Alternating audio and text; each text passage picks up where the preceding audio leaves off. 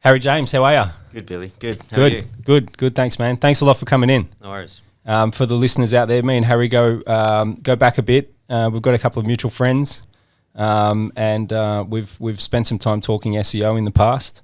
And I regard Harry as an authority on the topic, and thought I'd get him in the first opportunity I got, Awesome. which is now. Thanks, Billy. Yeah, no worries, man. So, Harry, I've got your LinkedIn profile in front of me. And I know that you've had some experience in digital marketing and been doing this for quite a while now. Mm-hmm. Can you tell us a little bit about what made you decide to get into digital marketing? What it was that interests you about it? And yeah, sure. Cool. It's actually when you texted me on the weekend, I started thinking, how did I get into this, or what were the steps that took me to get me where I am today? Yep. And it's a funny story. I was working in hosting.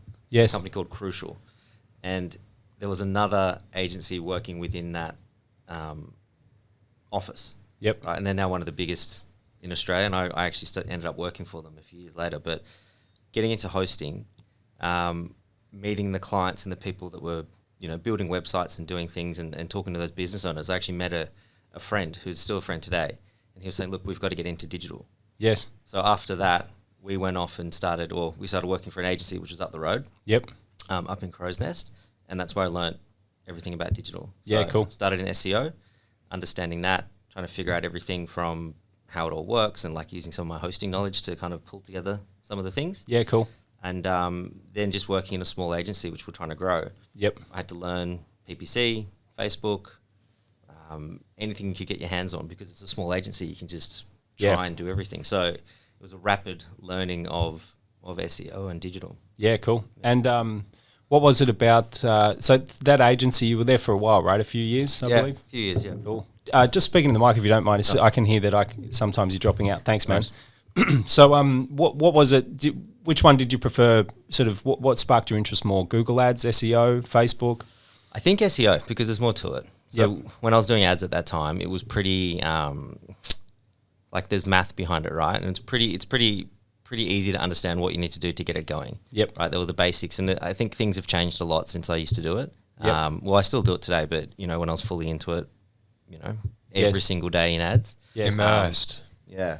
It was and it's getting better and better for the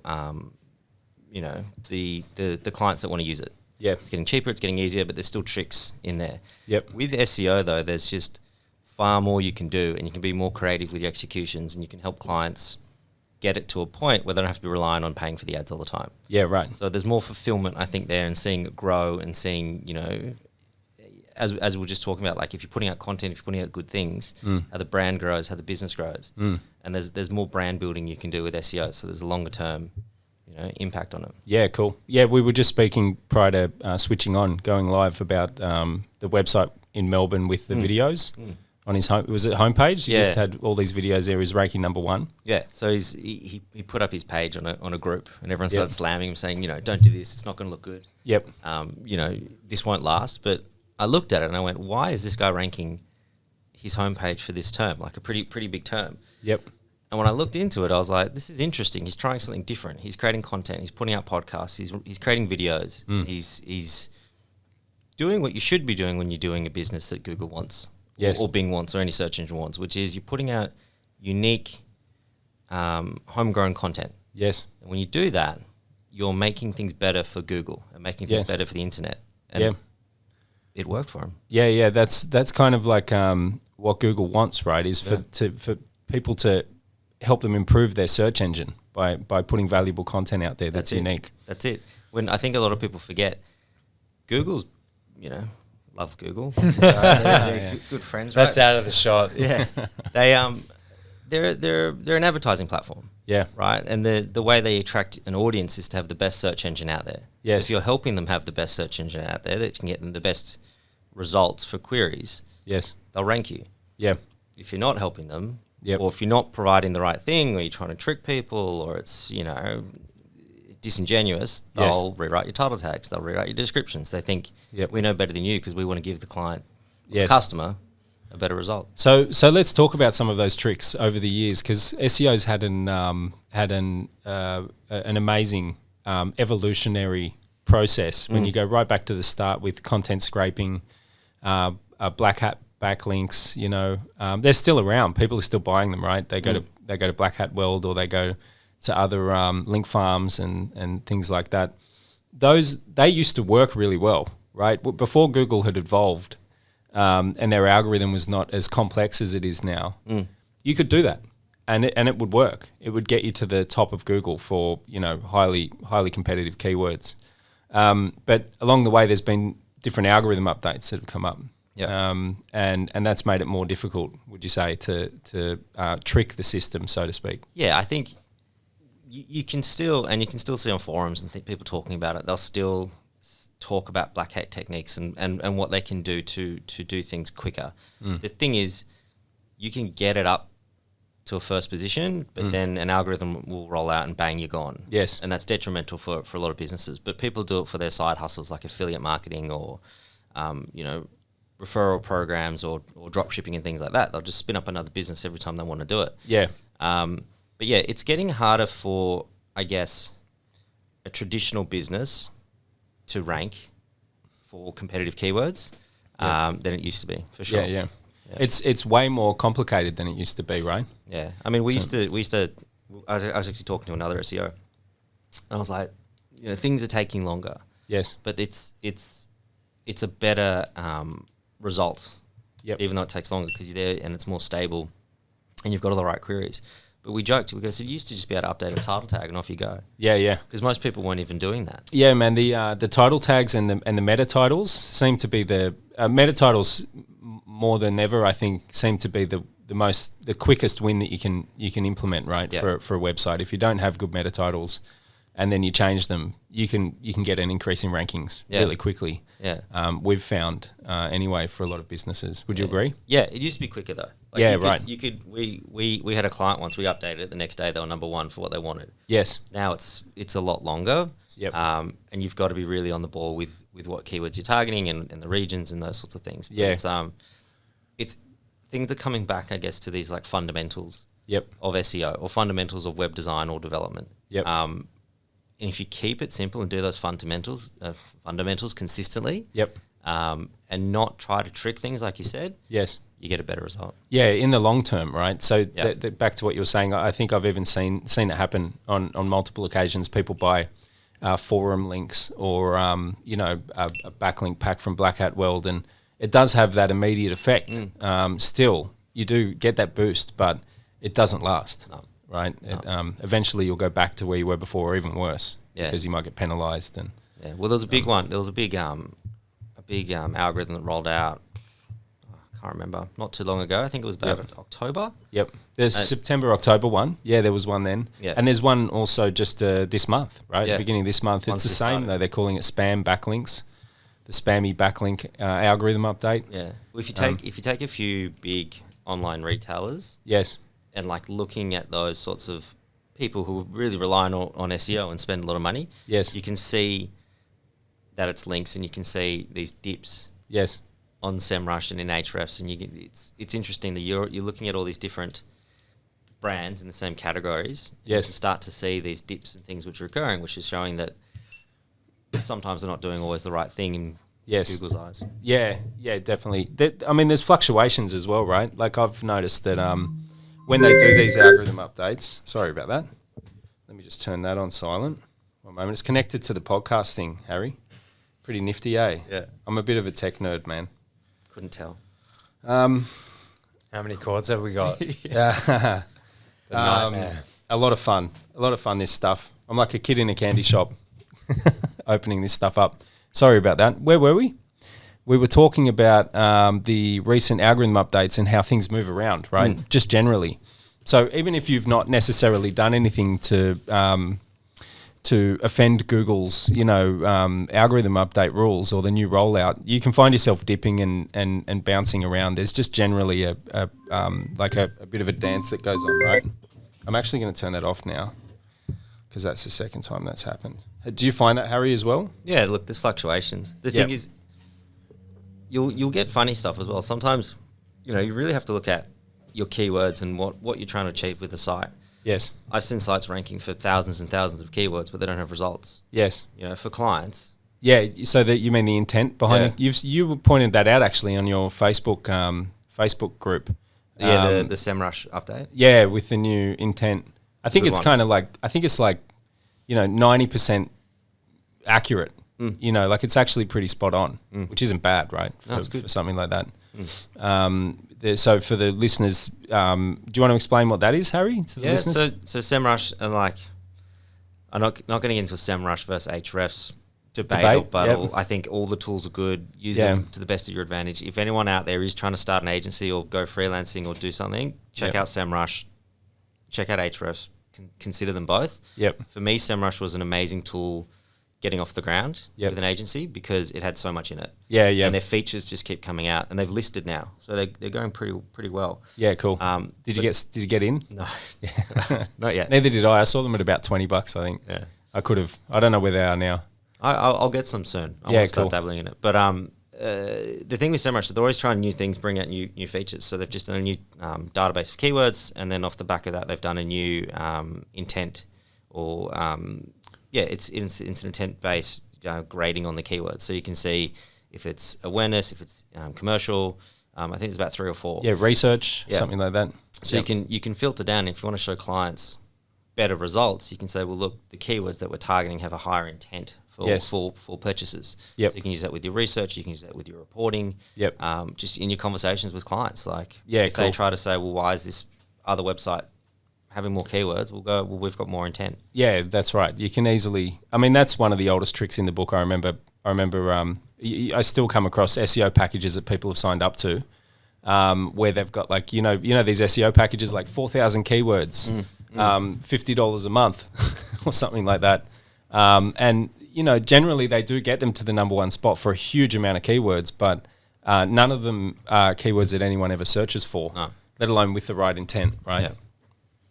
Cool. So you're still using SEMrush at the moment? Yeah. Cool. And daily, I think. Yeah, cool. I think Ahrefs typically is better for backlinks. They've got a bigger database for backlinks. They've got a huge database. I think it's got more accurate and more up-to-date like information on the backlinks. Yes. But their keyword data isn't bad as well. Yeah. It's just Ahrefs, I feel like it's more like a hardcore SEO. Like you talk to someone who's been doing SEO for 7 years, they're like, I'm in Ahrefs every day, I look at this. Yep. But there's more content things to do in SEMrush as well. Like you've got a good toolkit there for doing everything that an agency needs to do. Yeah, cool. So that was at the agency up the road that you were there for a few years. What's next, Harry, according to your LinkedIn profile? Let's have a look. Managing director at Toffee Agency. Oh, so there was the one up the road, which was Elevate 360. Yep. I don't know where that is now anymore. And then worked with the guys over at OMG. Yep. Mez and Andrew and Danny for a good 3.5 years. Yeah, cool. Yeah. How'd you find that?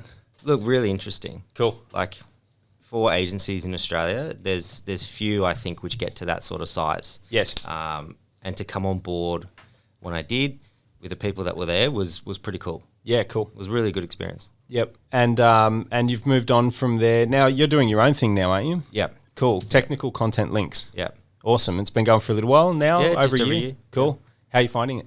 Look, it's different from helping run someone else's business to running your own business. Yep. There's great benefits to it, but there's also downsides to it. Yeah. Like the beautiful thing is the more you put into it, the more you get out of it. Yeah, right. So as you would know, if you work really hard at it, yes, you bear the fruit, right? Right. You kind of you can get the yield from the crop, right? Reap what you sow. That's the word I was looking for. Thank you, Wade. Yeah. I was putting it out there. Yeah. I didn't pick up on that. I wasn't tuned in. Not yet. We're working on it. Yeah, cool. And so you're your own boss now? Own boss. Yeah. Well, and what motivates you, man, when you get up in the morning? Oh, look into the camera and tell everyone your secret. Yes. Look, it's look, I've got kids, right? So they're definitely a big factor in wanting to provide for them and give everything they need. Yep. And helping out other agencies, like as you would know, like we've had chats about agencies and how they can operate. It's for what I do. There's agency operations involved, and that's like a geeky thing of mine that I love getting involved in because I've worked in a few agencies and I can see how they operate and how you can streamline them and improve them. Yes. So that, with my own company now, is the next thing. So we've got it up and running. We've got things moving. We've got clients. And now, well, how do I tweak and streamline that to make it faster, more efficient, easier? Yes. And just, keep doing what we're doing and helping out other agencies. Yeah, cool. So tell us a bit more about technical content links. Yeah. What's the business model? What's the pitch? Yeah. What's the pitch? Yeah, man? we're a white label delivery service for agencies. So, or freelancers or contractors or whoever. If you need help with your SEO department or if you need help with your paid department, we can come in. I can help you build out your systems, your tools, and your processes, or you can use mine. Yep. And then we go through and we deliver SEO for clients. So, cool. If you've got, if you're an agency that's doing existing digital marketing, you want to add SEO on as a next step, I can guide you through the process of building out the department, working with different teams, working with different team members, and getting everything you need to deliver SEO successfully. Yeah, cool. So that's, do you work directly with consumers as well or only agencies? No, I do that through the other brand. Okay, which is that Four Dots? Yeah, cool. 4 Dots Australia. Yeah, awesome. So that's a new agency, right? Yeah. Cool. Yeah. And how's that going? Yeah, good. Yeah? Yeah. Cool. It's, look, I've always said, I learned from someone, say yes to everything, figure it out later. Yeah, right. Don't get yourself... Sounds like a salesperson. Yeah, don't get yourself in too much trouble. But, you never know what's going to happen next and you never know what's going to pan out. So I got given an amazing opportunity to work with 4 Dots. Yep. They're based in Serbia and I was lucky enough to meet them about 2019, I think, just before COVID hit. Yes. And working with them to deliver all types of digital to Australian customers and customers around the world is great. But cool. It was we'd been talking and we had chats and then they said, look, we want to come to Australia. We've had a few different agencies around the world. Like, do you want to help out doing it? So I said yes. Yep. So I was managing getting that off the ground, plus my own company. Yep. Getting that going, and now we're hitting a good rhythm. Cool. We've got an employee here in Australia as well. Yep. So we're looking to build out the team here to. Awesome. Do more. So that's where you're at now, building out the team, recruitment. Yeah. How are you finding that? Tough. Yeah. Anyone out there who's looking for a job? Yeah, hit Harry up. Yeah. What is it about that, Harry, that you find tough? Look, it's challenging. So I was just telling Wade, like, I haven't been in an office in, I think, since March 2020. Oh wow. Right. Yep. Like, I got home from a trip and then it was COVID and it was just like, just go home. Yeah. And then there was a little bit of office time at the back end of October, I think. But like, not having that and not having, look, if I'm going to get a junior, someone who's entry level, I could feel it could be near impossible to work with them and train them and give them the support they need. Yes. Because that's all it's about with SEO is hard to recruit in, man. It's like, because you really do need a certain level of skills, right, to be able to, and then also like a passion for it because it's ever evolving. When they get really good, they just go do it themselves. That's another thing about digital marketing agencies in general is a problem. There's no barrier to entry, right? No. So, one, why work for an agency if you could do it yourself, potentially make more money, be your own boss? Two, if you're a business owner, why go with an agency and pay the additional amount of money in fees, And so what we're building here, and the answer to those questions, I believe, is you've got a team environment here where we can get creative as a team and come up with fun ideas together. As long as it's kind of like everyone gels and we get along well and we're all passionate about the same thing and we've got a vision. And the other reason I think with freelancers, they can cost you less, but they take more of your time, right? They're a little bit of a headache sometimes. You still need to invest time, which is money anyway. And you miss out on the intellectual property that digital agencies kind of hold in the personnel, right?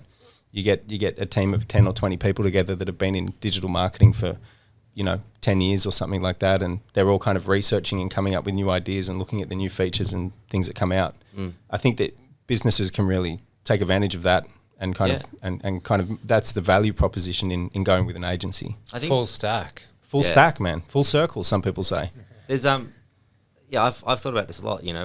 Why would a business choose a freelancer over an agency? Well, it depends. It depends what the consumer actually needs and what they want. Right. If they need full service or full stack, and you've got everything under the one roof. Yes. And you pay a a flat fee every month, Yes. agencies are perfect for you. Yep. If you want specialized people who do only a certain thing, and you want to work really close with them, and you want to bring them in for a project, Yep. or a freelancer or contractor might be better there. Yeah. There's no Right or wrong for no- all. yeah. No blanket answer for everyone, right? I find bigger companies tend to get contractors on board to build out their existing teams. They've probably worked with agencies before. Some of them have good relationships, some of them don't. Yep. But the other thing is sometimes you don't know what the agency's doing Right. to your own site. Yeah, that's a good point. That's a lot of there's been a lot of examples of SEO reports sent to us by people who've been with other agencies, and you kind of get the lagging stats. Like, here's your rankings, here's the improvements in your rankings. That's all you get. Whereas we think it's important, and we've occasionally come across reports from some agencies where they go, here's everything we've done, right? Like, in detail, the backlinks, the blog articles, the work that's been done on the site, technical content links, right? That covers SEO, would you say? Yeah. That's pretty much it. Yeah. There's nothing else. Yeah, it was a bit of a meme at the old office where I'd just walk around and be like, no, it's technical, then it's content, then it's links. Like, that's how I approach SEO. Yes. So, if you're looking at a site, you've got to have everything technically right to go. Yep. That's probably the first reason why you're not ranking generally. Yep. What's involved in getting things technically right to go, Harry, would you say? Like, I was looking at a We've site. only got an hour, but there's a lot in there, right? I was looking at a site the other day for a client. I was like, this is weird. And I could see in the SEMrush graph, it was like bouncing up and down and going all around.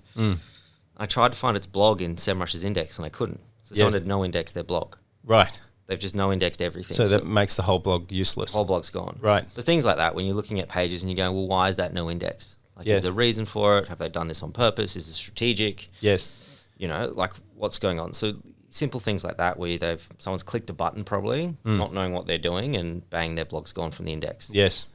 Things like canonical tags, hreflangs. Yep. Like, it's more about the coding of the site to ensure that it's showing up in the databases correctly. Yep.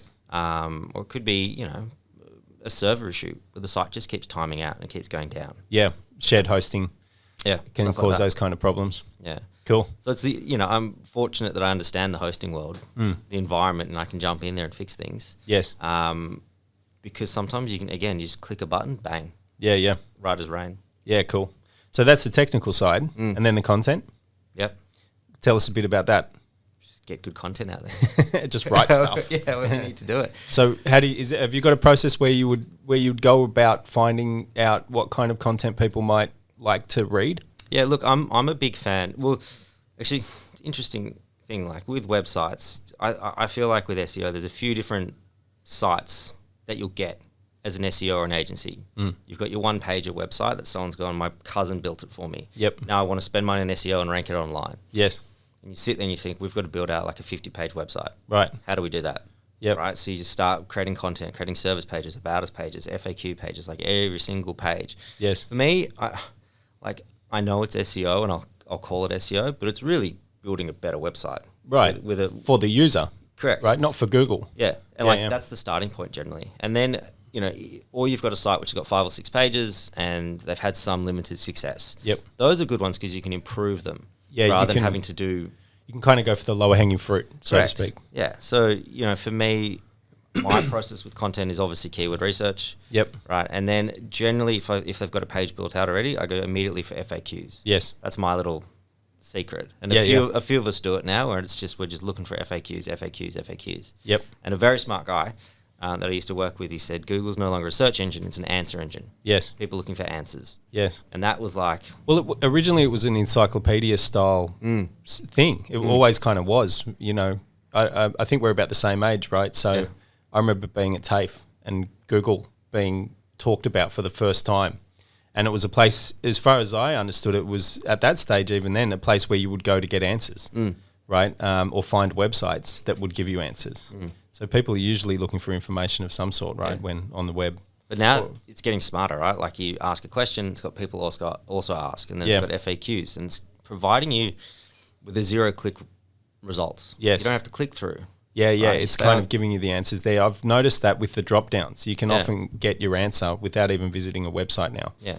So they're pretty keeping cool. you on Google. Like, very smart. Let's not let anyone leave. Yes. Let's keep them on our platform and see what we can do. Yep. So, I'll do FAQ research, and then we get content written, working with the clients, because you need content that ranks, but you need content about their businesses as well. Yeah, right. And like for me, I was on a very bad website the other day, the Royal North Shore website. Yeah.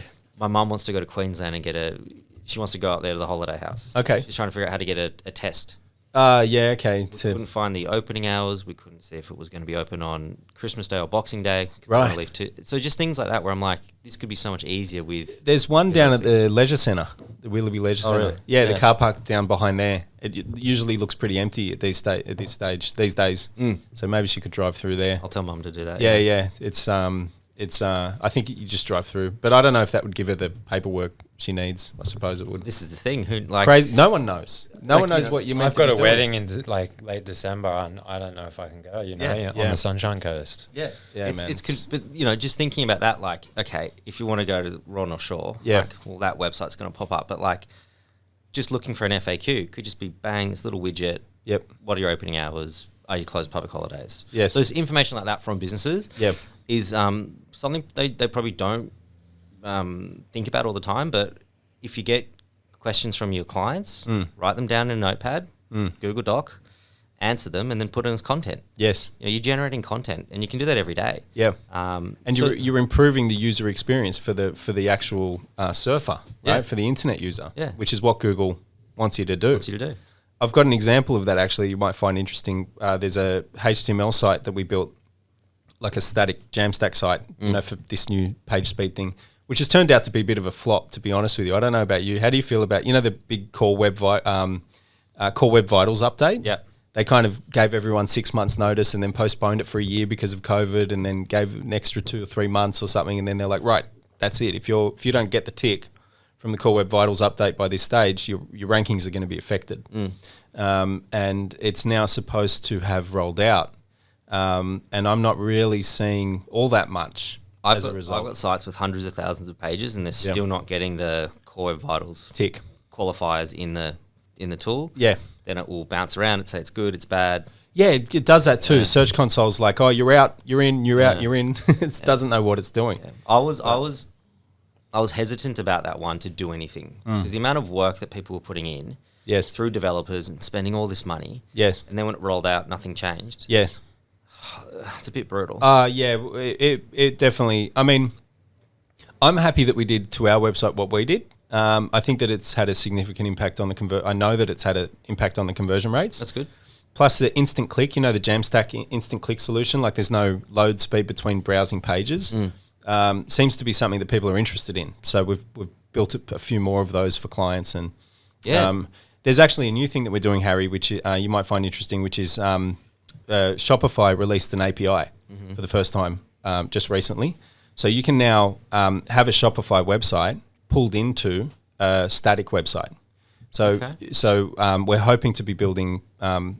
We say by the end of this year, but you know what websites are like, man. These things might roll on a bit more. Australia's first, I haven't seen one yet, static e-commerce website. So it's going to be an instant click e-commerce solution, which should be a bit of fun. Yeah. But not for rankings, because this Core Web Vitals thing's turned out to be a big load of beep. Yeah. Look, it was one of the things. There's a lot of chatter, a lot of forums, people, and like everyone freaking out. How do I speed up my site? I need the tick. I need the Core Web Vitals thing. There was an interesting thread that I read on one of these groups, and it was a guy. He wrote a blog post about how he'd been ripped off by someone on Fiverr who had faked Core Web Vitals results. Yes. Not in the sense that he'd like copied and pasted some numbers and said, look, here's your results. People are going to these measures. They're scammers. Like, it's not real, but like modifying the server response to send Google to a different site. Yes. And then saying, look at this site for your Core Web Vitals. Yes. And bang, he was getting hundreds for everything. Right. And like... But it wasn't crawling the right site. It wasn't even crawling the site. It was like doing this thing where if Googlebot comes to the site, then show this static version of the site rather than the real version of the site. Yes. And you're just thinking, well, if that's possible, how can they actually say, that's either the right or the wrong site? Yes. Like maybe it's a cache version of the site, sure. But like... What does that score then mean then? It means nothing. I think it's more about, as you said, the usability. Yep. And like you don't want to click on a website and then it's slow and you don't know what's going on and then so then you bounce out. So the interesting stats come up when you run the Lighthouse or the page speed thing, you know, websites that take longer than 3 seconds to load have an 85% higher bounce rate, and some pretty big stats in there, like pretty bold statements made by Google. And it's hard to really measure that accurately because, like, for example, I don't remember leaving a site because it took too long to load, but I'm sure that I've done it. Do you know what I mean? Like, I think that it's one of those things that we subconsciously, in our, you know, zombie mode while we're surfing the net, just kind of go, oh, that's too long. Nah, stuff it. You just kind of do it. But you don't really think about it. You don't really... you think that it's your internet connection. Yeah, that's not also a thing too, right? Yeah. You don't know whether to blame... So with 5G rolling out and all this stuff, is it even going to matter, right? This is Core Web Vitals. This is the thing. Like, we're lucky, right? We don't have the best internet in the world, but we've got good internet. A lot of places don't have good internet. Yes. You know, so it's more about...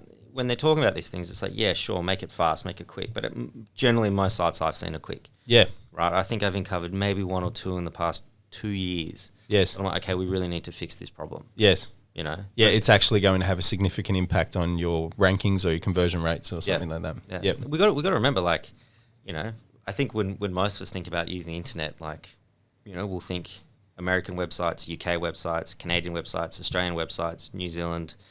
There's a common theme there. It's English-speaking, you know, countries where it's what we want to see and do. But there's so many other countries out there who would have probably really bad internet or old phones, and like it's about them getting information as well when they need it. Yes.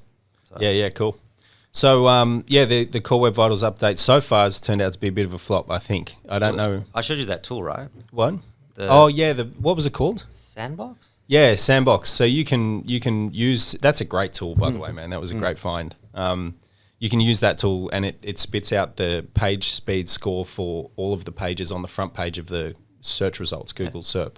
So you could see in that there were people who had the lowest score ranking at the top. Right. And that hasn't changed that much, right? No. It still hasn't changed that much. A good thing that I've heard about this is it's not the biggest factor, but it's the deciding factor. If there's a tiebreaker, yeah, sure, but like, you know, just don't have. There's so many other things. It doesn't need to be 100%. If you've got a overbearing domain authority, you can have a slow site, and you're still going to be at the top, right? For a lot of keywords. Yeah. How much do you think backlinks still play a part in Google's rankings? Oh, look, again, you know, I'll say here's a site with all the backlinks that are ranking for all the keywords, and someone will come out and go, well, here's a site with no backlinks that I'm ranking for keywords. It depends on the competition. Yep. If you're trying to rank for Plumber Sydney, there's correlations between the difference. Yes. In the backlinks, and I guess once you've got your content and your technical sorted, it does come down to links because that's the citations, that's the authority. Yes. So I think it's a huge part in SEO. Like one of the ones where if I've got clients who are like, what do I do with this budget? I just say, let's get some links. Yeah. You know, if you've got a decent enough website and you think we can, you know, maybe do some content with the client or do something else, I'll just put it all into links. Yeah, cool. And boost the domain authority. Cool. Are you finding that the links that are acquired for businesses, that's needing to be changed much with these new algorithm updates? You just got to be careful. Yep. Like, there was this update, I think, that we're talking about before, the spam link update. And sites got decimated. So if you don't know what your agency's doing and you're not checking your backlinks and looking at them properly, there's some shocking ones out there. You mean looking at the spam scores in SEMrush? You can normally just click on them and go... you can tell straight away. Yeah, cool. But like anchors that they're using to build... So like generally with link builders, they'll have sites that they own or they'll have connections with publishers or blogs, and looking at the anchor texts that are used to build that domain to get to its authority from the links that it's getting, that's a pretty good indicator as well. Yeah, the score changed, didn't it? Because it was like it started out as PageRank. That was the first thing you'd say. Oh, I get you links from websites with PageRank 7 or 4 or 10, and then it changed to domain authority, right? Yeah. And trust score. Yeah. Well, so you've got authority score in SEMrush. Yep. DR in Ahrefs. Yep. DA in Moz. Yep. Trust flow and citation flow in Majestic. What are these? What's DR, DA? Made up numbers. Made up, you think so? Yeah, made up numbers to try to sell more links. The funny thing about all of this is that they have a correlation, but they're all just made up. Like domain rating. How many referring domains does this website that you're getting a backlink from have, right? It's not only just about the domain authority anymore. Now it's like referring domains to that top level domain. Traffic to it. Yeah, how many outbound links that they've got. If they're giving links to everyone, it's like a scarcity thing. People go, oh, well, if everyone's got a link from Facebook, then it's not a good link. Yes. But like at the same time, if everyone's got one, you need it. Yeah. The interesting thing is also that people, I sometimes have to remind myself, but I think a lot of people think that the data set that you get from SEMrush or Ahrefs is from Google. Do you know what I mean? People go, oh, my domain authority is now 35, and you're like, yeah, according to SEMrush, Google hasn't released what they think your domain authority is. No. They've black boxed everything in regards to that. Yeah. So really they're just indicators, right? Yeah, and they're beacons, they're guiding lights. Like we've had clients who are like, your KPIs is to increase the domain authority from 19 to 24. Yes. And I'm like, we could do that in 3 days. Right. By influencing the scores on the tools. Yes. You're not going to get a result. Yeah, that doesn't necessarily mean that it's going to translate through to Google. No. It's interesting too, the Ahref domain score is like way higher than SEMrush's, right? What do you mean? Like usually if you put a domain into SEMrush, it'll say domain authority 30.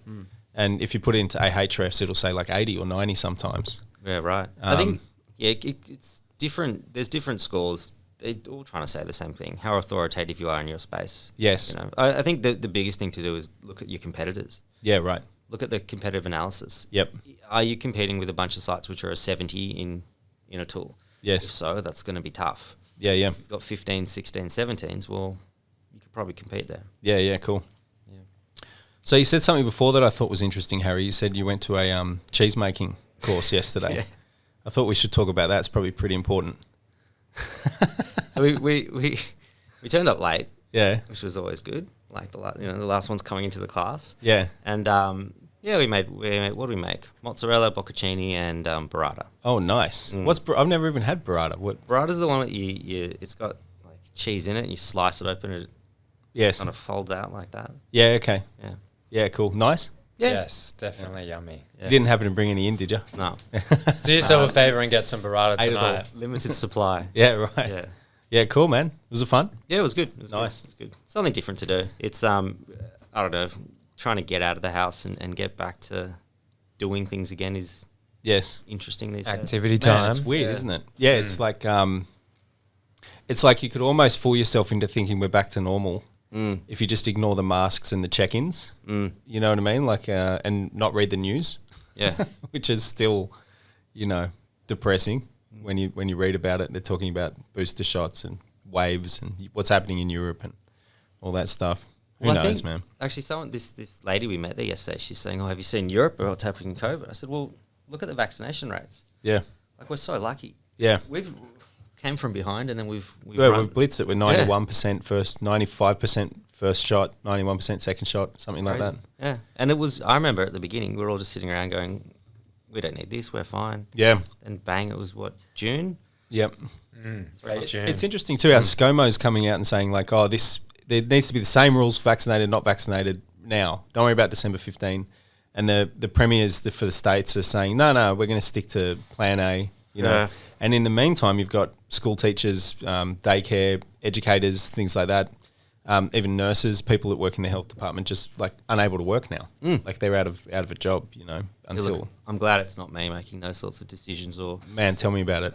Yeah, yeah. I've got enough grey hairs. They're in a tough spot. Yeah. We've just got to pick the best SEO. That's right. Yeah. So right now, Harry, you're working with 4Dots, which is your agency, in direct competition with us. Yep. So happy for you to spruik them anyway, man. That's cool. We're not it's all everybody's good. A winner. There's a big enough there's a big enough pie for us all to have a piece, right? There's clients everywhere. SEO is highly sought after, man. Especially if you know what you're doing.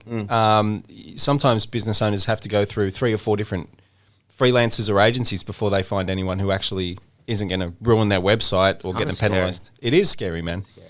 SEO. Sorry, what were you going to say? Yeah, there's clients everywhere, and like what we're trying to do with 4Dots is target, I guess, like a smaller subset of the market. We're really trying to focus on like app store optimization, SEO for publishers, SEO for SaaS apps, cool, or like just digital marketing execution for applications as well. Yes, so great. there's good. Might be able to collab on some stuff. Yeah, man, for sure. Make it niche. Get niched. Yeah, niche is a big thing, man. It's an interesting thing we spoke about in the last podcast. But yeah, so that's cool. The 4 dots thing's going, and then also you've got the technical content links still running as well. So you've got maybe some agencies or SEO specialists outsourcing to you for that. Yeah, cool. Helping them improve Can't bring out any names or let anyone know, but yeah. Tell me everything. Yeah, cool. And what would you say, we talked a little bit about Black Hat SEO and how that used to work when it first came around and how it kind of doesn't anymore.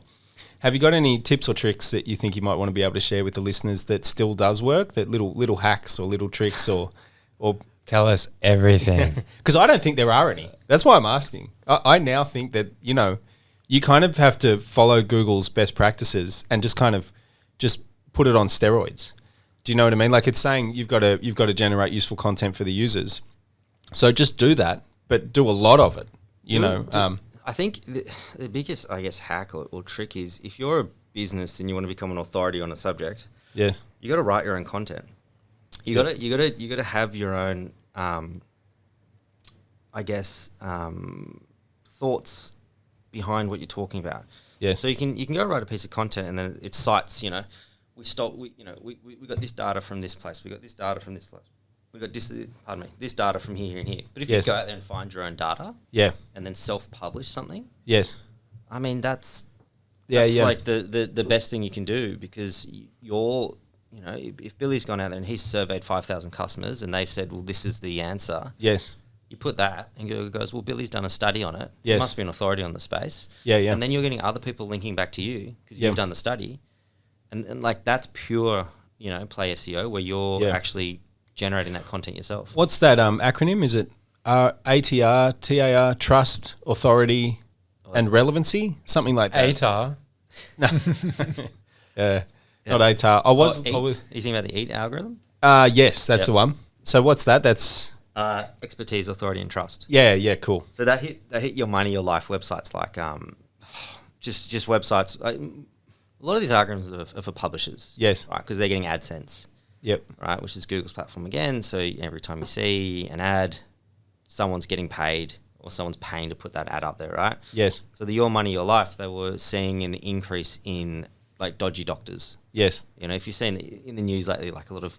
What's your money, your life? What do you mean by that? Like that's the niche. It's talking about your money and your life. Okay. Right? Yeah, cool. And, there's things where if you've seen on TikTok, this doctor, actually there was a poor woman that went into hospital, but he's trying to build his brand on TikTok. And they're like, what are you doing? Like they've got practices and they've got certifications that they should abide by for advertising and things. But there's all these weird intricacies with plastic surgeons. Yes. Sometimes they're doctors, sometimes they're not. Yes. Right. So there's these fine lines of what they can actually say and do. Yes. And what they're trusted for. So Google is looking at these sorts of things and going, well, if you're not a real doctor with your FRACS or whatever it is, yes, why should we trust your content? Yes. Right. So bang, they rolled out these algorithms and things. Okay. To kind of clean things up to make it easier for people to use the search engine and get the right information and not do something silly.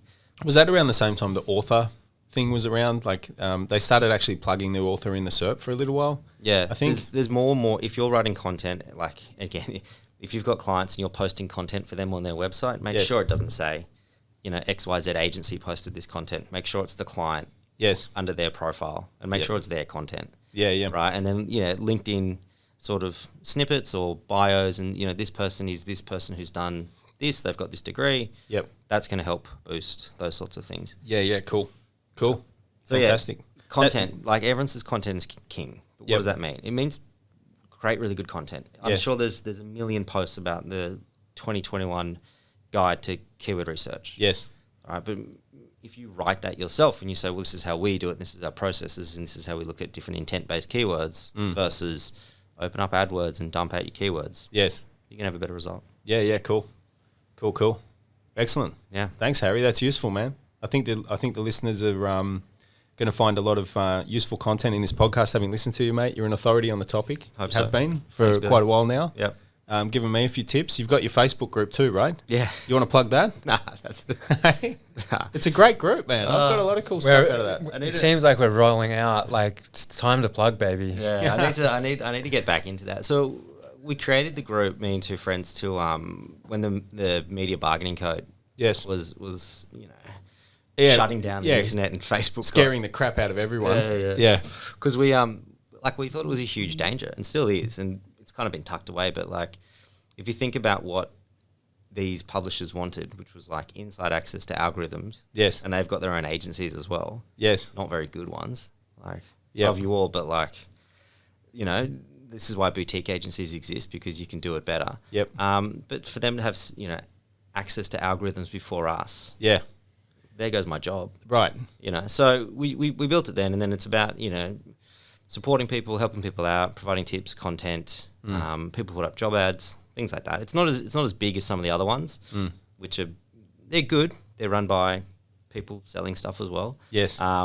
But it's to help out if people. It's a great resource, man. Online Facebook groups, right? You can really tap into. I've even seen, I'm sure, hallmarks of what might otherwise be called social engineering.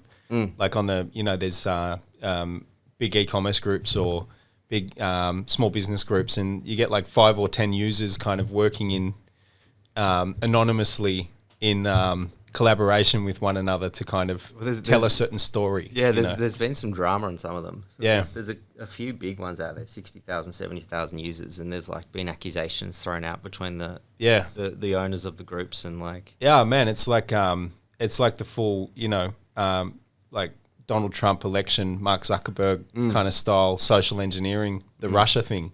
You can kind of get a group of mates together and get on there and make things appear to be a certain way, right? So you got to be careful, I guess, about what you believe on anywhere online, really, generally speaking. Cool. So I really appreciate you coming in, Harry. It's been fun, man. Thanks, Billy. Thanks for having me. No worries. Even though you didn't bring me any cheese, that's all right. Yeah. I'll forgive you for that. It's only getting better with time. Yes. Yeah. Next time, the cheese will be immaculate. Oh, right, of really course. Yeah, it's bold fermenting. and full of flavour. Does cheese ferment? Is that what you call it, fermenting? Yeah, I think so. There's this stuff they added to it to Some get kind it, of culture. to make it like it's this rennet. Okay. That caused a bit of discussion at the cheese making course. It's like it's non-vegan. Anyway, right. You can get vegan one. Yep. And it's this. Yeah, we don't really like vegan cheese much here. Not something that we. It's triggering. Yeah. It's very triggering. Our green screen will never be the same. We've had an experience with vegan cheese and right. the green screen. We'll leave that up to your imagination. Yeah. Cool. Yeah, cool. All right. Thanks, Harry. I think I'm getting your mate on here tomorrow, Cromwell? Yeah, he's coming in tomorrow afternoon. Yeah, good. Couldn't get him before 5. Yeah, he's got me working back. He's busier than me. Is he? Yeah. Right. Yeah, cool. Well, I'm sure we'll hear all about that. Yeah. Hear all about that tomorrow. Cool, man. Best of luck with technical content links. I'm sure we'll get you back in again soon. Get a bit of an update and 4 dots as well. And good to hear from you, man. Good to have you in. Awesome. Thanks, Billy. Appreciate it. No worries. Thanks, Harry. Signing off. Peace. Push the button.